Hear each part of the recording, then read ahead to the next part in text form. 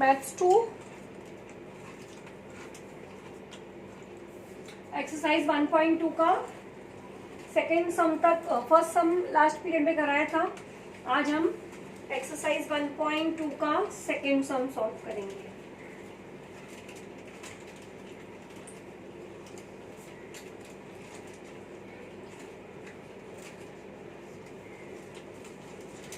Algebra का पहले थोड़ा सा एक चैप्टर थोड़ा 2-3 एक्सरसाइज होने दो, उसके बाद हम मैथ्स 2 स्टार्ट करेंगे।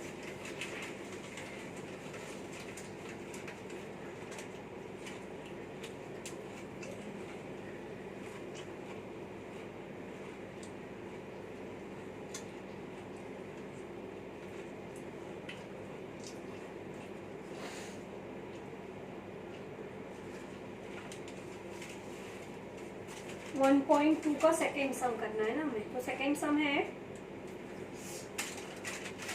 Decide whether set A and B are equal sets, give reason of. जैसा फर्स्ट किया है वैसा ही सेकेंड भी करना है। इसमें भी हमें यही बताना है कि हमारा सेट ए और सेट बी इक्वल सेट्स है या नहीं है। तो इक्वल सेट्स होने के लिए क्या होना, जो उसके एलिमेंट्स होते हैं वो सेम होने चाहिए, तो वो इक्वल सेट होता है। मैंने 4 सेट्स के बारे में इंफॉर्मेशन दी थी। सिंगलटन सेट मतलब जिस सेट में सिर्फ एक ही एलिमेंट होता है। सेकंड था हमारा एम्प्टी सेट। एम्प्टी सेट मतलब जिसमें एक भी एलिमेंट नहीं होता है, वो ब्लैंक होता है। और थर्ड होता है हमारा फाइनाइट सेट, जिसमें लिमिटेड नंबर होते हैं जिसे हम काउंट कर सकते हैं। और लास्ट होता है फोर्थ नंबर पे है इनफाइनाइट सेट, उसमें मतलब हम काउंट नहीं कर सकते, वो अनकाउंटेबल होता है। और एक है इक्वल सेट। इक्वल सेट का मतलब होता है कि दोनों ही सेट के सारे एलिमेंट्स इक्वल हो, उसे बोलते हैं इक्वल सेट। तो फर्स्ट क्वेश्चन मैंने उस दिन कराया था, अभी हम आज सेकेंड क्वेश्चन करेंगे। Decide whether sets A and B are equal sets, give reason for your answer. Reason मतलब हम सॉल्व करके दिखाएंगे, वही हमारा रीजन हो जाएगा। तो ए में दिया है question even prime number.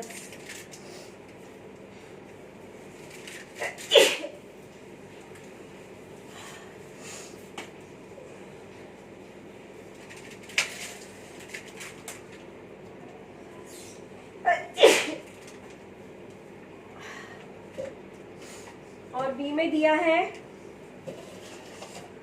x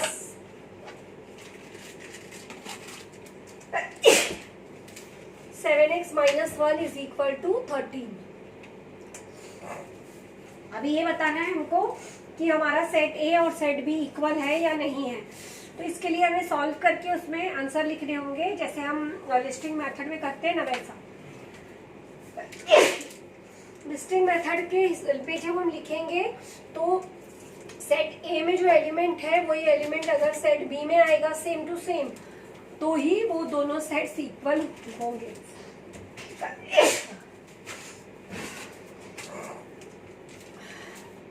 तो सेट ए में क्या दिया है, इवन प्राइम नंबर्स। तो इवन प्राइम नंबर कौन सा होता है? इवन प्राइम नंबर एक ही नंबर है जो इवन भी है और प्राइम भी है, वो नंबर है 2। ऐसा नंबर एक ही है जो इवन भी है और प्राइम भी है, वो है सिर्फ 2। तो हमारे ए सेट में एक ही एलिमेंट आएगा, वो आएगा नंबर 2। अब बी में हमें दिया है 7x - 1 इज इक्वल टू 13। तो हम इसे इक्वेशन के जैसा सॉल्व करेंगे। पहले क्या करेंगे, ये जो -1 है इसे हम राइट हैंड साइड लेकर जाएंगे, तो ये प्लस हो जाएगा।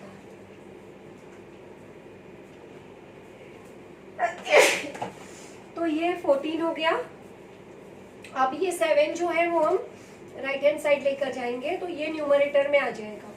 तो हम इसे कैंसिल करेंगे, तो हमारी x की वैल्यू आ गई 2। मतलब हमारे सेट बी में भी कौन सा एलिमेंट है, 2। ए में भी 2 है, बी में भी 2 है, मतलब हमारे दोनों सेट्स इक्वल हैं। तो हम यहाँ पे लिखेंगे set A is equal to set B because element in both the sets are equal।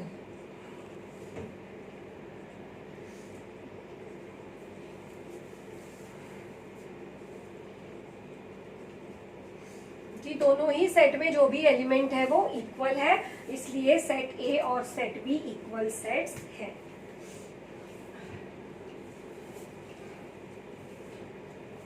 Therefore, set A and set B are equal sets.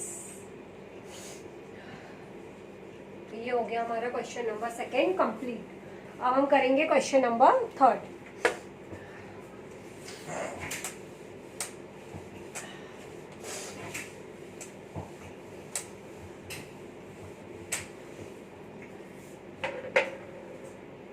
Question number third में क्या दिया है? Which of the following are empty sets? Why?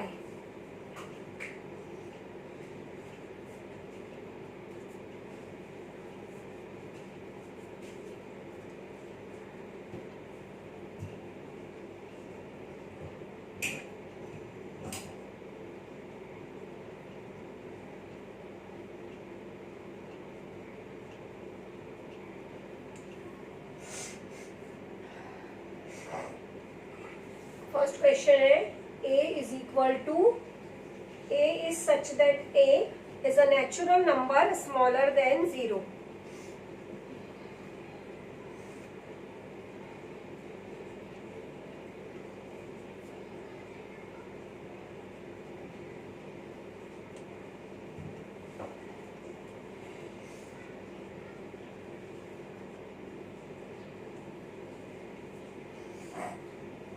Set ए में दिया है हमें ये बताना है कि ये एम्प्टी सेट है या नहीं है, और अगर है तो क्यों।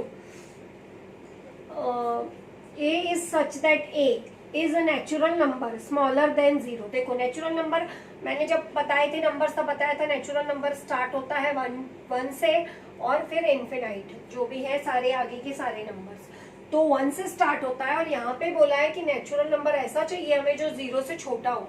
तो 0 पहले बात तो 0 ही नेचुरल नंबर नहीं है, और 0 से छोटे नंबर्स जो होते हैं वो माइनस में होते हैं, तो वो नेचुरल नंबर हो नहीं सकते, वो नेचुरल नंबर हो नहीं सकते। तो इसलिए हमारा जो ये सेट ए है वो एम्प्टी सेट होगा, क्योंकि ऐसा कोई नंबर नेचुरल नंबर नहीं है जो 0 से छोटा होता है। तो हम यहाँ पर लिखेंगे set A is an empty set। empty set मतलब जिस सेट में कुछ भी नहीं होता है, ब्लैंक होता है जो।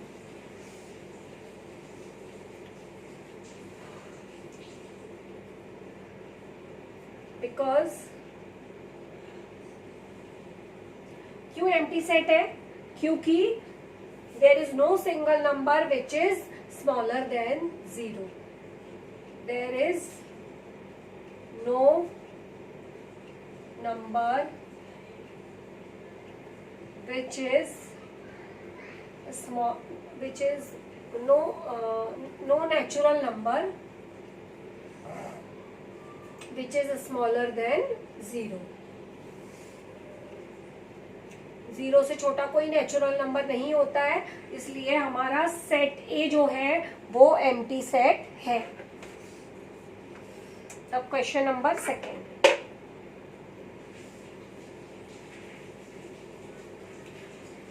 बी दिया है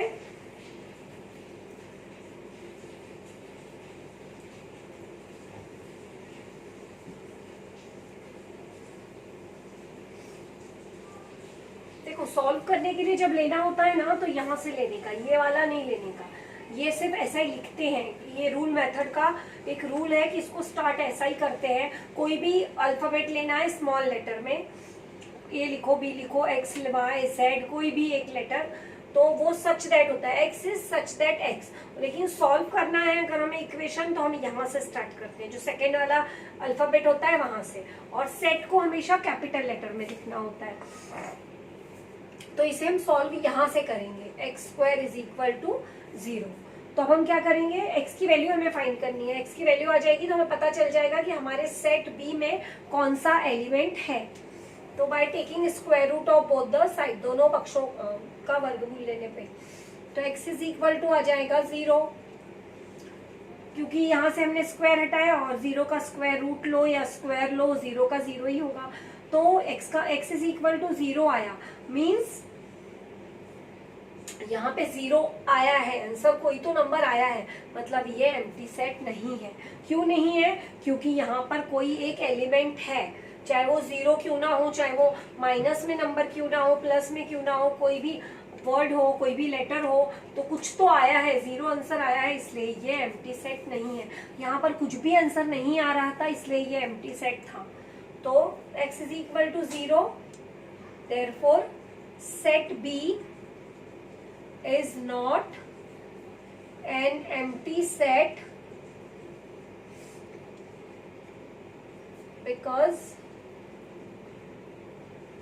x is equal to 0.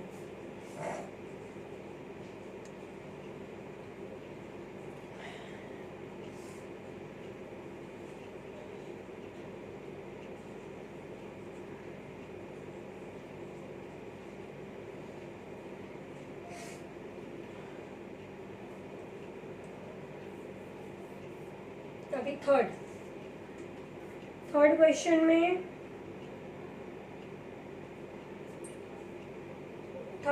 में, हमारे सेट सी दिया है।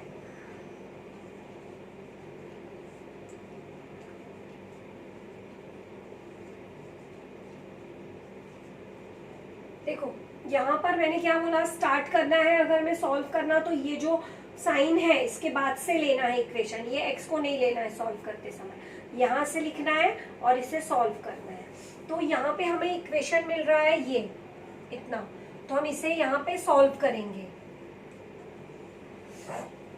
तो ये इक्वेशन है, तो इसे सॉल्व करने के लिए हम क्या करेंगे, इसे सॉल्व करने के लिए हम पहले 2 को राइट हैंड साइड लेकर जाएंगे। तो यहाँ पर 2 माइनस था, तो यहाँ पर ये 2 आकर क्या हो गया, प्लस। तो 5x इज इक्वल टू हो गया 2, तो x इज इक्वल टू 2/5। ये 5 हम यहाँ पर लेंगे, तो यहाँ पे मल्टीप्लीकेशन फॉर्म में है, तो राइट हैंड साइड जाकर वो डिवाइड हो जाएगा, तो 2/5 आ जाएगा। तो ये x is equal to answer आया 2/5। लेकिन यहाँ पर दिया है x is the element of n, कि x नेचुरल नंबर होना चाहिए। 2/5 नेचुरल नंबर नहीं है। नेचुरल नंबर 1, 2, 3, 4 जो नंबर्स होते हैं वो नेचुरल नंबर्स होते हैं, तो ये नेचुरल नंबर नहीं है, और हमारे x का आंसर आया है 2/5। तो नेचुरल नंबर नहीं होने की वजह से यहाँ पर कुछ भी आंसर नहीं आएगा, मतलब ये एम्प्टी सेट है। तो हम लिखेंगे कि set C is an empty set because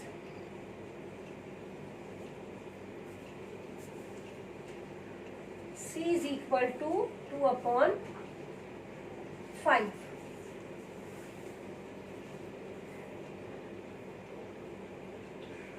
and 2/5 is not a natural number। 2/5 natural number नहीं है।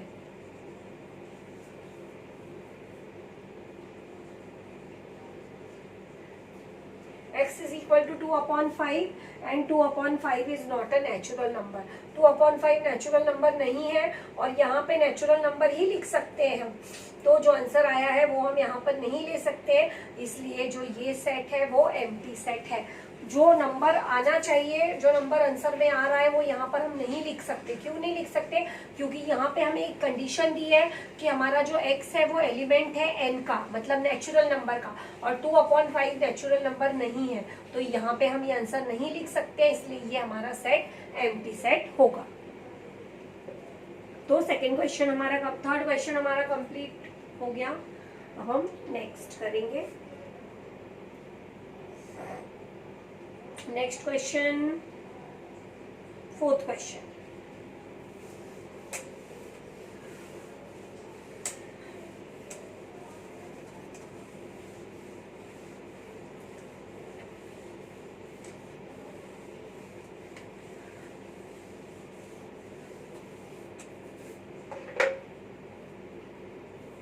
फोर्थ क्वेश्चन जो है उसमें write with reasons which of the following sets are finite और इनफाइनाइट। हमें ये बताना है कि जो सेट्स दिए हैं वो फाइनाइट है या इनफाइनाइट है।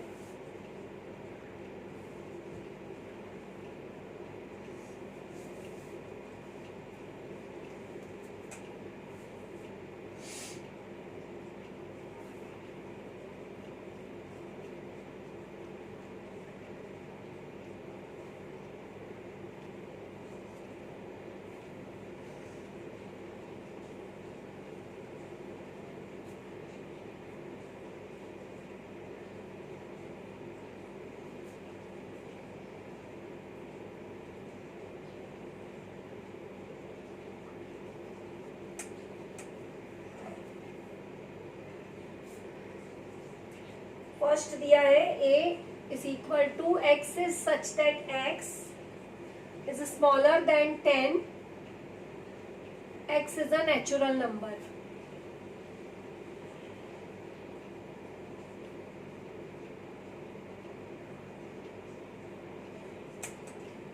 देखो फाइनाइट और इनफाइनाइट, मैंने बताया था कि फाइनाइट और इनफाइनाइट क्या होता है। फाइनाइट सेट का मतलब होता है उस सेट में जितने भी एलिमेंट्स आते हैं उन्हें हम इजीली काउंट कर सकते हैं, परफेक्ट काउंट कर सकते हैं, काउंटेबल होते हैं वो। इनफाइनाइट का मतलब होता है जिसको हम काउंट नहीं कर सकते। जैसे अगर मैंने बोला कि सेट ए में नंबर है 1 2 3 4 5, बस क्लोज हो गया ये मेरा ब्रैकेट, तो मतलब इसमें कितने एलिमेंट्स हैं? 5 एलिमेंट्स। तो ये हम काउंट कर सकते हैं, इसलिए इसे बोलते हैं फाइनाइट सेट। वही अगर मैं बोलूंगी कि इसमें 1 2 3 4 5 और डैश डॉट डॉट डॉट है, मतलब आगे के सारे नंबर्स, तो ये हम काउंट नहीं कर सकते हैं। ये इसका मतलब होता है आगे और भी नंबर्स हैं तो हमें नहीं पता कितने हैं, हम इसे काउंट नहीं कर सकते, इसलिए ये है इनफाइनाइट सेट। और ये जिसे काउंट कर सकते हैं वो फाइनाइट, जिसे काउंट नहीं कर सकते वो इनफाइनाइट सेट। तो अभी फर्स्ट में हमें जो दिया है, हमें pहले लिस्टिंग मेथड में लिखना होता है। लिस्टिंग मेथड में जब हम लिख के आंसर फाइंड करते हैं तो हमें पता चलता है कि वो एम्प्टी सेट है या फिर इक्वल सेट है या फिर फाइनाइट है या इनफाइनाइट है या सिंगलटन सेट है। तो इसके लिए हमें पहले क्या करना पड़ता है, हर एक सेट को लिस्टिंग मेथड में उसका आंसर फाइंड करना पड़ता है। ये रूल मेथड में दिया होता है लेकिन रूल मेथड से हम आंसर नहीं लिख सकते, नहीं फाइंड कर सकते, तो इसे हम चेंज करके लिस्टिंग मेथड में लिखते हैं। लिस्टिंग मेथड से हमें पता चल जाता है कि हमारे सेट में कौन सा एलिमेंट आएगा। अब यहाँ से रीड करो, देखो x is smaller than 10। x जो है वो 10 से छोटा है, 10 से छोटा है और नेचुरल नंबर है।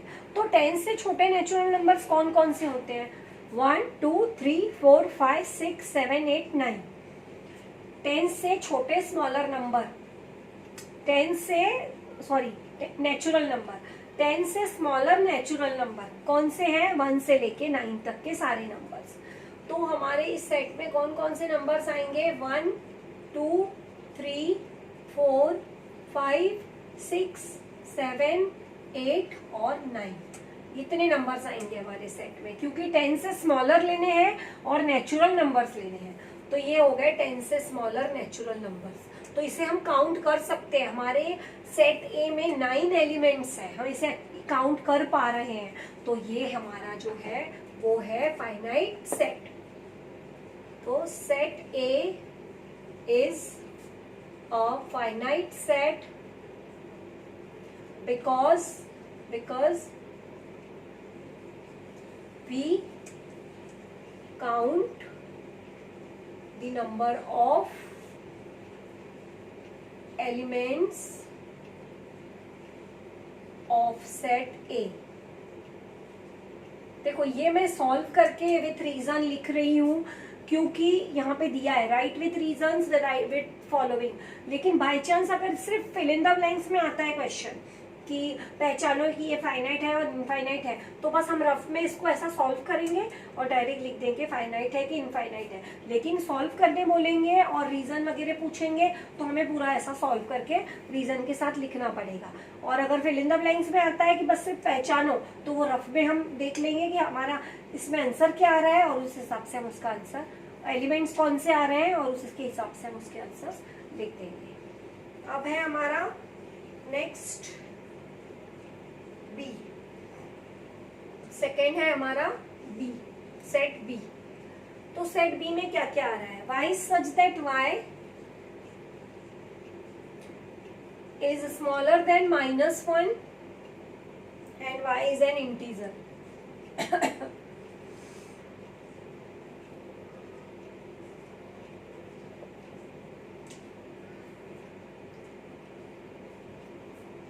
y जो है -1 से स्मॉलर है और इंटीजर है। तो -1 से छोटे नंबर्स कौन से होते हैं? इंटीजर मतलब i में हमारे माइनस नेगेटिव नंबर्स भी आते हैं और पॉजिटिव नंबर्स भी आते हैं। तो यहाँ पर लिस्टिंग मेथड में अगर हम इसे लिखेंगे तो कौन कौन से नंबर लेने पड़ेंगे हमें? -1, y जो है वो -1 से क्या है? स्मॉलर है। तो -1 से स्मॉलर नंबर कौन से होते हैं? -4, -3, -2। मतलब आगे के भी सारे नंबर्स -5, -6, मतलब -1 से छोटे नंबर ये सारे हैं, और भी हैं, अनलिमिटेड है। इसे हम काउंट नहीं कर सकते क्योंकि -1 से बिगर नहीं बोले हैं, -1 से स्मॉलर बोले हैं। तो स्मॉलर ये होते हैं। माइनस का नंबर जैसे जैसे राइट टू लेफ्ट जाता है वैसे वैसे छोटा होते जाता है। तो -1 से छोटा है -2, -2 से स्मॉलर है -3, -3 से स्मॉलर है -4, -4 से स्मॉलर -5। ऐसे अनकाउंटेबल नंबर्स हैं। तो यहाँ पर अनकाउंटेबल आ गया, मतलब ये सेट जो है वो इनफाइनाइट सेट है। तो set B is an infinite set because elements of set B are uncountable। मतलब हम सेट बी में कितने एलिमेंट्स हैं वो काउंट नहीं कर सकते, इसलिए सेट बी जो है वो इनफाइनाइट सेट है। अभी थर्ड क्वेश्चन, थर्ड सेट सी दिया है। Set of students of class 9 from your school. Set of students of your class 9 from your school.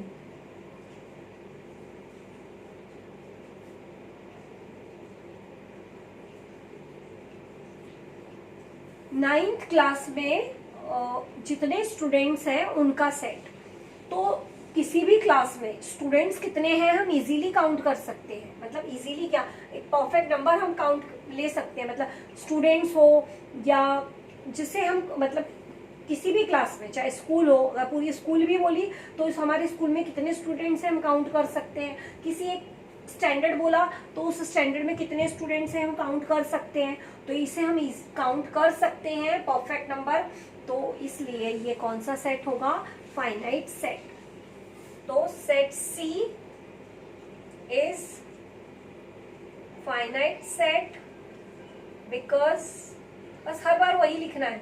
अगर काउंट कर सकते हैं तो ये रीजन लिखना है, काउंट नहीं कर सकते हैं तो ये रीजन लिखना है। C is a finite set because numbers, yes, because elements of set C are countable।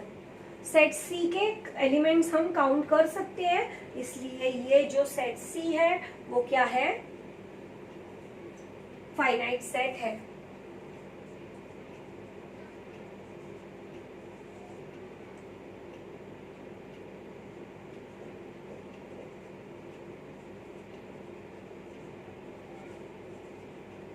तो थर्ड सम कंप्लीट हुआ। अभी फोर्थ,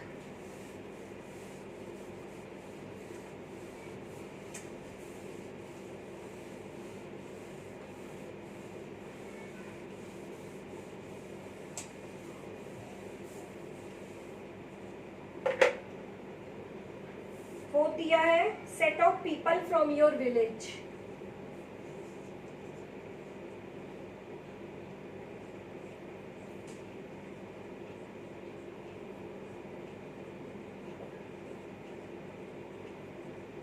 तो हमारे विलेज में कितने लोग हैं वो हम काउंट कर सकते हैं, तो काउंट कर सकते हैं, इसलिए हमारा सेट जो है, ये जो सेट है वो भी फाइनाइट सेट है। तो हम लिखेंगे कि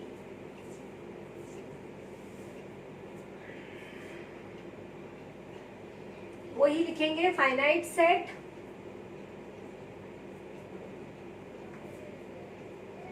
रीजन क्या लिखेंगे, because people from the number of people from village are countable, because number of people from our village are countable, इसे काउंट कर सकते हैं हम, इसलिए ये क्या है, फाइनाइट सेट है। अब नेक्स्ट फिफ्थ क्वेश्चन में दिया है set of apparatus in laboratory.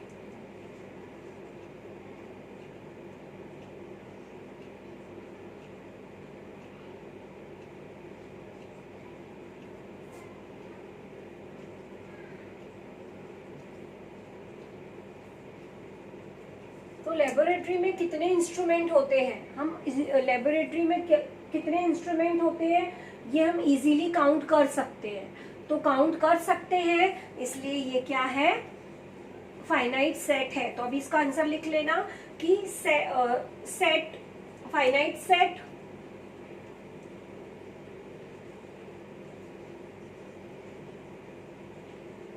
It is a finite set because वही लिखना, number of apparatus in laboratory are countable।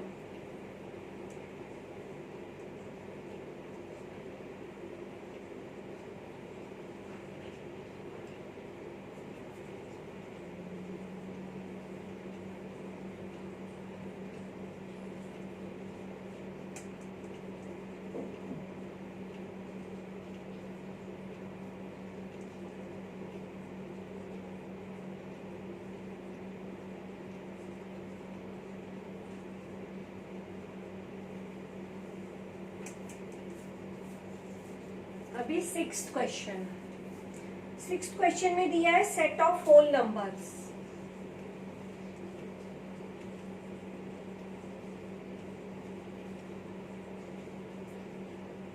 Whole numbers कौन से नंबर से स्टार्ट होते हैं, 0 से।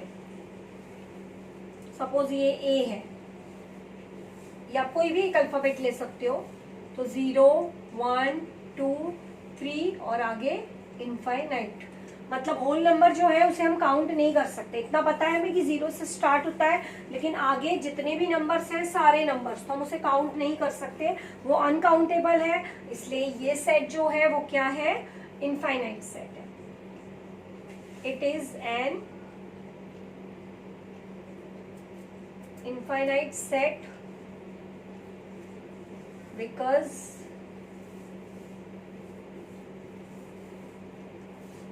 इसको रीजन लिखने की जरूरत नहीं है, क्योंकि हमने यहाँ पे सॉल्व करके दिखा दिया है कि यहाँ इसमें अनकाउंटेबल एलिमेंट्स है, इसलिए ये इनफाइनाइट सेट है।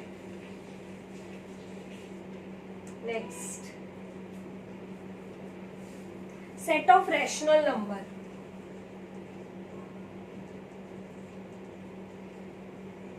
रैशनल नंबर्स मतलब क्या, रैशनल नंबर्स मतलब जिसमें नेचुरल नंबर्स भी आते हैं, होल नंबर्स भी आते हैं, इंटीजर्स भी आते हैं, तो सारे नंबर का सेट। तो अगर सारे नंबर्स को हम मिक्स कर देंगे तो हम काउंट ही नहीं कर सकते, क्योंकि एक नेचुरली नंबर हम काउंट नहीं कर सकते, होल नंबर ही हम काउंट नहीं कर सकते, तो ना नेचुरल नंबर काउंट कर सकते हैं, ना होल नंबर्स काउंट कर सकते हैं, और ना इंटीजर्स। तो हम इन सारे नंबर्स को काउंट नहीं कर सकते हैं, इसलिए सेट ऑफ रैशनल नंबर भी क्या होगा, इनफाइनाइट सेट।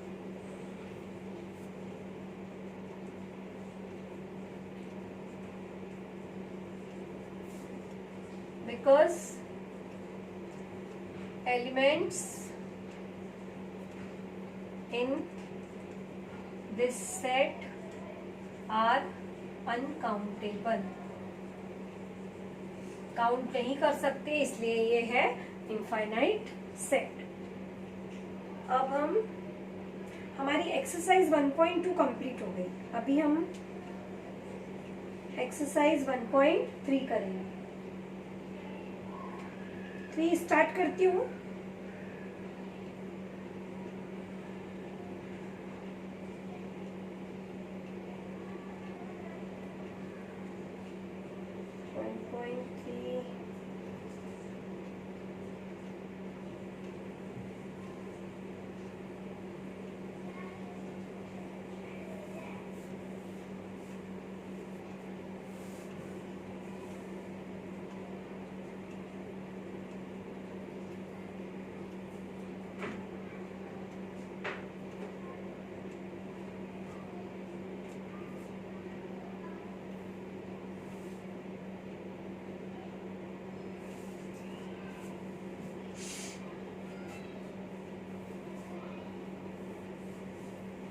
पॉइंट 3 का मेरे पास मैंने क्वेश्चन डाउनलोड नहीं किए हैं।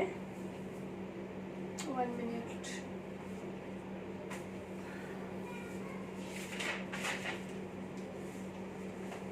ना तो मैं उसके बारे में तुम लोगों को इन्फॉर्मेशन दे देती हूँ कि 1.3 में है क्या, फिर वो मैं नेक्स्ट पीरियड में करा दूंगी, क्योंकि उसके क्वेश्चन जो है वो मुझे डाउनलोड करने हैं अभी लिंक से, तो क्वेश्चन डाउनलोड नहीं किए हैं, तो इसलिए पहले मैं सिर्फ जस्ट इन्फॉर्मेशन दे देती हूँ तुमको कि इस चैप्टर में हमको क्या क्या पता होना चाहिए, सॉरी ये एक्सरसाइज करने के लिए हमें क्या क्या पता होना चाहिए।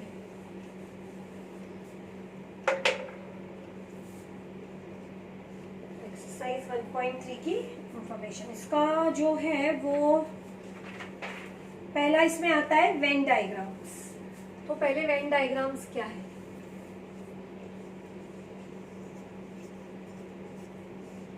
वेन डायग्राम मतलब ये जो नंबर्स दिए जाते हैं उन्हें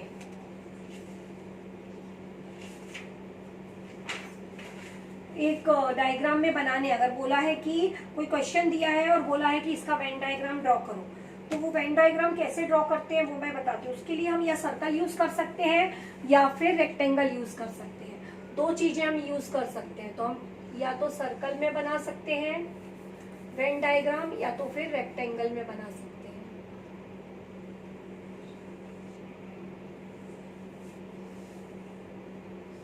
सर्कल या फिर रेक्टेंगल।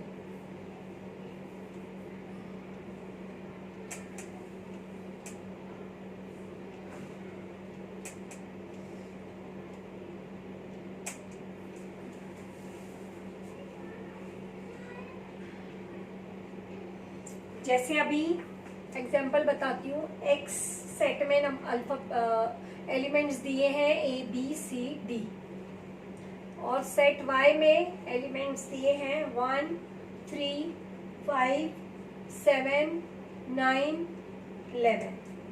तो मुझे अगर बोलेंगे कि ये दोनों सेट का वेन डायग्राम ड्रॉ करो, ये दोनों सेट का वेन डायग्राम ड्रॉ करो, तो मैं क्या करूंगी? अभी सपोज मुझे सेट ए का वेन डायग्राम बनाना है, तो सॉरी एक्स का, तो एक्स में मेरे जो जो एलिमेंट्स है वो मैं यहाँ पे लिखूंगी ए बी सी डी। पहले डॉट डालते थे, अभी कंपलसरी नहीं है डॉट डालना, तो बस ए बी सी डी ये मैं इसमें लिख दूंगी कहीं पर भी, ये सर्कल के अंदर। तो ये हो गया मेरा वेन डायग्राम। अभी मुझे वाई का बनाना है, तो मैं ये जो एलिमेंट्स वाई सेट में है 1 3 5 7 9 11 वो यहाँ पे लिख दूंगी 1 3 5 7 9 11। तो ये हो गया मेरा वेन डायग्राम। तो ऐसे वेन डायग्राम हम ड्रॉ करते हैं। और सपोज अगर ऐसा दिया है, देखो अभी एलिमेंट ए में है 1 2 3 4 5 6 7, और सेट बी में है एलिमेंट्स 5 6 एंड 7, और बोला है कि वेन डायग्राम से दिखाओ कि कौन किसका सबसेट है। अब सबसेट क्या होता है? सबसेट तो पहले हम ड्रॉ करते हैं। पहले हम ए और बी को वेन डायग्राम ड्रॉ करते हैं। तो पहले हम एक बड़ा सर्कल बनाते हैं, फिर एक छोटा सर्कल बनाते हैं। ये हमने एक बड़ा सर्कल ड्रॉ किया,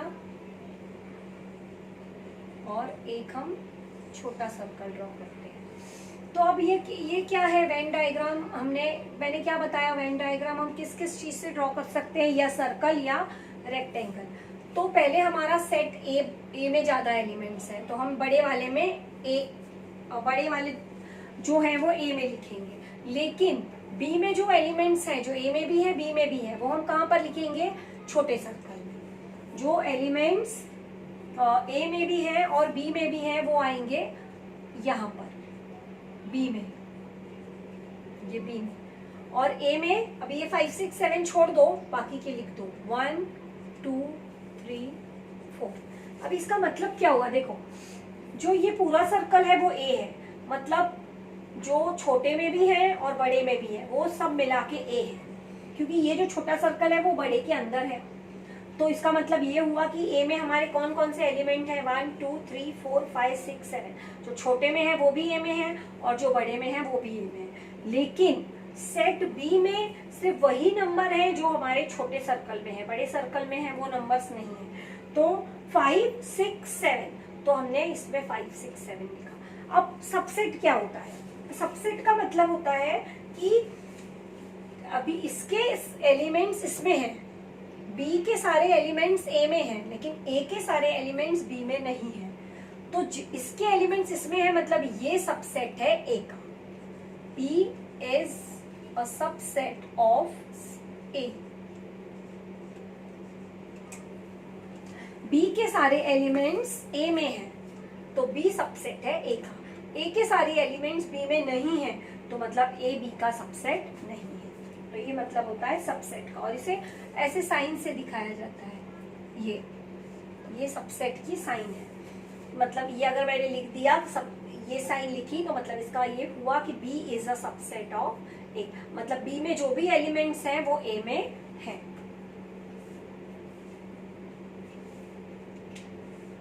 अब यूनिवर्सल सेट, यूनिवर्सल सेट जो होता है उसको यू से दिखाते हैं।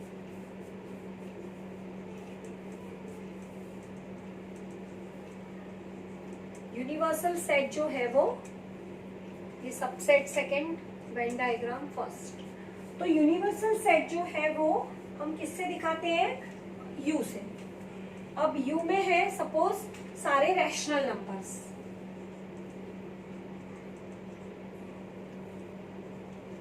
और एन मतलब नेचुरल नंबर्स। तो हर एक जो वो होता है, क्या बोलते हैं उसको, एन का जो अगर यूनिवर्सल सेट जो होता है उसका हर एक सेट सबसेट होता है। मतलब क्या, नेचुरल नंबर में 1 2 3 4 आएंगे, और रैशनल नंबर में सारे प्लस के माइनस के होल नंबर भी आएगा, नेचुरल नंबर भी आएगा और इंटीजर्स भी आएगा। तो इसका मतलब इसके सारे एलिमेंट्स इसमें मिलेंगे। तो यूनिवर्सल मतलब पूरा, यूनिवर्स मतलब क्या, पूरा विश्व। तो यूनिवर्सल सेट मतलब जिस सेट में सारे सेट्स इंक्लूड होते हैं वो होता है यूनिवर्सल सेट। तो उसे कैपिटल यू से दिखाते हैं, और उसका मतलब होता है कि इसमें सारे सेट का जो है वो इंक्लूड होते हैं। अभी इस एक्सरसाइज के लिए एक चीज और जो चाहिए वो और बताती हूँ बस। तो इसके बाद हम एक्सरसाइज नेक्स्ट पीरियड में करेंगे, लेकिन ये सब जो मैंने एक्सप्लेन किया है इसको याद रखना, तो नेक्स्ट पीरियड में तुमको जो एक्सरसाइज 1.3 है वो बहुत इजीली समझ में आ जाएगी। तो फोर्थ है हमारा complement of a set. Complement of a set, अभी कॉम्प्लीमेंट का मतलब क्या होता है, कॉम्प्लीमेंट का मतलब होता है जैसे ए फर्स्ट यू, सपोज यू में दिया है 1 2 3 4 5 6 7 8 ये नंबर्स। ए में दिए हैं 1 2 3 4 ये इतने नंबर्स, और मुझे बोला गया है कि ए का कॉम्प्लीमेंट फाइंड करो, complement of A. Complement of A को ऐसे दिखाते हैं इस साइन द्वारा। तो कॉम्प्लीमेंट ऑफ ए फाइंड करो। तो कॉम्प्लीमेंट ऑफ ए का मतलब होता है कि मैं मेरे ए में जितने भी एलिमेंट्स हैं उसको मैं यू में से हटा दूं, और जो बचे वो मैं लिख दूं, वो होता है कॉम्प्लीमेंट ऑफ ए। तो ए में क्या क्या है, 1 2 3 4, तो 1 2 3 4 को हटा दो यू में से, तो जो बचा रिमेनिंग जो है वो हो गया कॉम्प्लीमेंट ऑफ ए। तो क्या क्या बचा, 5 बचा, 6 बचा, 7 बचा और 8 बचा। तो ये जो रिमेनिंग एलिमेंट्स हैं वो हो गए कॉम्प्लीमेंट ऑफ ए। तो ये बस 4 चीजें याद रखनी है। तो हमारी एक्सरसाइज 1.3 बहुत अच्छे से तुम लोगों को समझ में आ जाएगी। First Venn diagram, Venn diagram को या तो सर्कल से दिखाते हैं या तो रेक्टेंगल से दिखाते हैं। एलिमेंट्स कैसे दिए होते हैं और कैसे लिखने होते हैं वो मैंने बताया। सेकेंड होता है सबसेट। अब सबसेट का मतलब क्या होता है, सेट बी अगर मैं लिखूं कि सेट बी सबसेट है ए का, इसका मतलब है बी में जितने भी एलिमेंट्स हैं वो ए में होंगे। अब मैं ऐसा नहीं लिख सकती कि ए सबसेट है बी का, क्योंकि ए के सारे एलिमेंट्स बी में नहीं है, और सबसेट को ये साइन से दिखाते हैं। थर्ड यूनिवर्सल सेट मतलब विश्व संज। तो इसका मतलब होता है जिसमें सारे सेट्स का इंक्लूड होते हैं सारे सेट, वो होता है यूनिवर्सल सेट। अब 4th नंबर पे मैंने तुम लोगों को कराया कि सब ये कॉम्प्लीमेंट ऑफ सेट। तो कॉम्प्लीमेंट ऑफ सेट मतलब क्या होता है, अगर मैं बोलूं कि मुझे ए का कॉम्प्लीमेंट फाइंड करना है, कॉम्प्लीमेंट ऑफ ए, तो मैं क्या करूंगी, ए में मेरे जितने एलिमेंट्स हैं उसको मैं यू में से हटा दूंगी, और जो बचे एलिमेंट्स हैं वो आ गया कॉम्प्लीमेंट ऑफ सेट ए। तो अभी एक्सरसाइज नेक्स्ट पीरियड में, और अभी आज के लिए इतना काफी।